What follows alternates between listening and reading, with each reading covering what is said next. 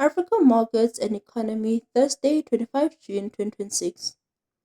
Africa's economic landscape continues to be shaped by efforts to strengthen regional integration, address climate related trade challenges, improve competitiveness, and attract investment amid an evolving global environment. The African Development Bank has intensified its push to accelerate regional economic integration and expand development financing across the continent. In North Africa, the bank recently concluded a series of consultations in Morocco, focusing on transforming regional integration plans into tangible, bankable infrastructure projects that can unlock the full potential of the African continental free trade area. At the same time, the African Development Fund approved a $9 million grant aimed at strengthening financial integration in East Africa, supporting the development of cross border payment systems and greater regulatory coordination across the region. Climate policy and international trade remain key concerns for many African economies.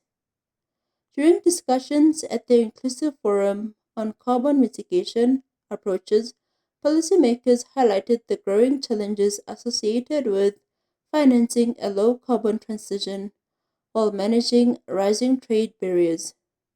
Particular attention was given to the European Union's carbon border adjustment mechanism, which is expected to increase compliance costs for carbon intensive exports from several African countries, including South Africa. Governments and businesses also continue to grapple with volatile fuel and fertilizer prices, as well as disruptions to global trade routes, which are complicating efforts to build more sustainable and competitive value chains.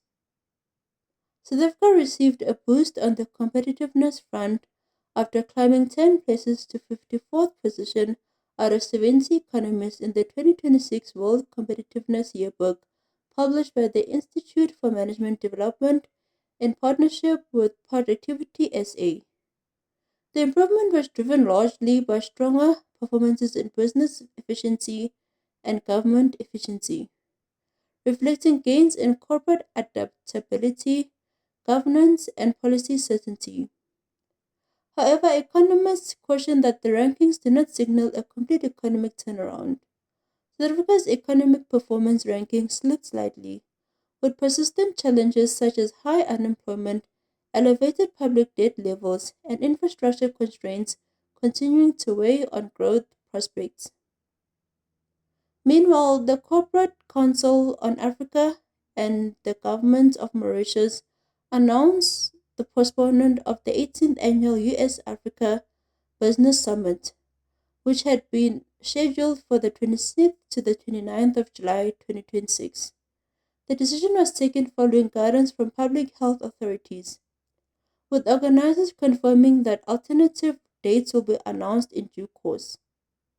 The summit remains an important platform for strengthening commercial ties between African nations and the United States, particularly after facilitating more than $4 billion in business transactions at the previous gathering.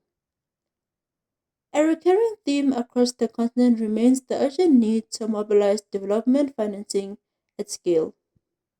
According to the African Economic Outlook 2026, unlocking domestic and regional capital pools will be critical to sustaining economic growth and infrastructure investment as traditional international funding flows become increasingly constrained.